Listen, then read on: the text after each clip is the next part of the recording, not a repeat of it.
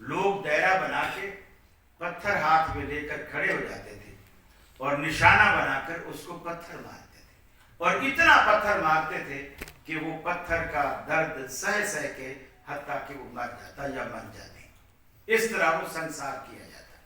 حضرت عثمان غنی نے فیصلہ دے دیا۔ اب آپ دیکھیے لوگوں کے ذہنوں میں جو یہ بات ہے نا کہ یہ جی چاروں برحق ہیں، جس کے پیچھے بھی لگتے گویا ان کی بات غلط ہو ہی نہیں سکتی، اور وہ خلیفہ راشد ہے حضرت عثمان غنی، فتویٰ دیے بیٹھے ہیں۔ اور کم عمر ہے صحابی دوسرا حضرت عبداللہ بن عباس رضی اللہ تعالیٰ عنہ، جن کو اللہ کے رسول نے دعا دی تھی جب بالکل چھوٹے تھے اور آپ کی گود میں ڈالا گیا، اللہ کے رسول نے اپنا دعا مبارک اس کے منہ میں ڈالا بطور گھٹی کے، اور پھر فرمایا اللہم علمہ القرآن وفقہہ فی الدین، اے اللہ اس بچے کو قرآن کا عالم بنا اور دین کی فقاہت عطا فرما۔ آج وہ بچہ جوان ہے لیکن حضرت عثمان سے چھوٹا ہے، عمر میں بھی چھوٹا ہے، رتبے اور درجے میں بھی چھوٹا ہے۔ حضرت عثمان خلیفہ ہے اور وہ خلیفہ نہیں ہے۔ حضرت عثمان پکی عمر کے ہیں اور وہ ابھی جوانی کی عمر میں آ رہا ہے، گویا 16 17 18 سال یہ عمر۔ وہ کھڑے ہوتے ہیں اور کہتے ہیں امیر المومنین آپ کا فیصلہ غلط ہے، قرآن حدیث کے خلاف۔ حضرت عثمان غنی رضی اللہ تعالیٰ عنہ کہتے ہیں کیسے میرا فیصلہ قرآن کے خلاف ہے؟ انہوں نے کہا اللہ تعالیٰ قرآن میں کہتا ہے والوالدات یرضعن اولادہن حولین کاملین، کہ کوئی ماں اگر اپنے بچے کو مکمل مدت دودھ پلانا چاہے تو اس کی مکمل مدت 2 سال ہے۔ 2 سال میں کتنے مہینے ہوتے ہیں؟ 24۔ دوسری آیت پڑھی کہ دوسری جگہ اللہ کہتا ہے حملہ وفصالہ 30 شہر۔ اللہ قرآن میں کہتا ہے عورت کی حمل کی مدت اور دودھ پلانے کی مدت دونوں ملاؤ تو 30 مہینے بنتی، دونوں ملاؤ تو 30 مہینے بنتی ہے۔ حضرت عبداللہ بن عباس نے کہا اے امیر المومنین 30 مہینے حمل اور دودھ کی مدت دونوں ملا کر ہے، اس میں سے جو قرآن کہتا ہے کہ دودھ کی مدت 2 سال ہے تو وہ 24 مہینے آپ نکالو 30 میں سے تو باقی کتنے بچتے ہیں؟ 6۔ تو حضرت ابن عباس نے کہا امیر المومنین 6 مہینے کا حمل تو قرآن سے ثابت ہے، آپ نے کیسے اسے سنسار کرنے کا حکم دیا؟ حضرت عثمان غنی رضی اللہ تعالیٰ عنہ نے کہا میرا فیصلہ واپس کرو، قرآن کا فیصلہ نافذ کرو، قرآن کا فیصلہ نافذ کرو۔ حضرت عمر کی بات، حضرت عثمان غنی جیسے خلیفے کی بات بھی اگر قرآن و سنت سے ٹکرائے گی اور کوئی بچہ بھی کھڑا ہو کر اس دلیل کو پیش کرے گا، خلیفے پر بھی فرض ہے کہ اپنا حکم نامہ واپس کرے۔ سیدنا فاروق اعظم رضی اللہ تعالیٰ عنہ نے مقدمہ آیا ان کی عدالت میں، اور مقدمہ یہ ہے کہ 2 شخص آپس میں لڑ پڑے، دونوں مسلمان، ایک نے دوسرے پر تلوار سے وار کیا، دوسرے نے اپنے ہاتھ سے اس وار کو روکا۔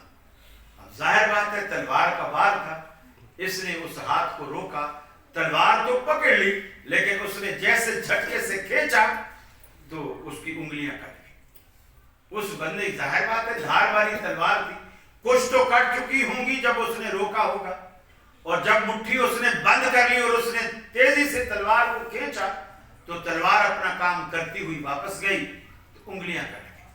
حضرت عمر کی عدالت میں مقدمہ ہے۔ اب حضرت عمر نے فیصلہ یہ کیا یہ جو چھوٹی انگلی ہے، برابر والی انگلی ہے، درمیان والی انگلی ہے، شہادت والی انگلی ہے، یہ انگوٹھا ہے، ان انگلیوں کی دیت میں حضرت عمر نے اپنے ذہن کے طور پر فرق کیا کہ انگلی چھوٹی ہے تو اس کا جرمانہ بھی کم ہونا چاہیے، اور یہ والی انگلی اس سے بڑی ہے تو اس کو جرمانہ بھی اس سے بڑا ہونا چاہیے۔ مثال کیا، مثال کیجئے کہ اس کے اونٹ 2 ہیں،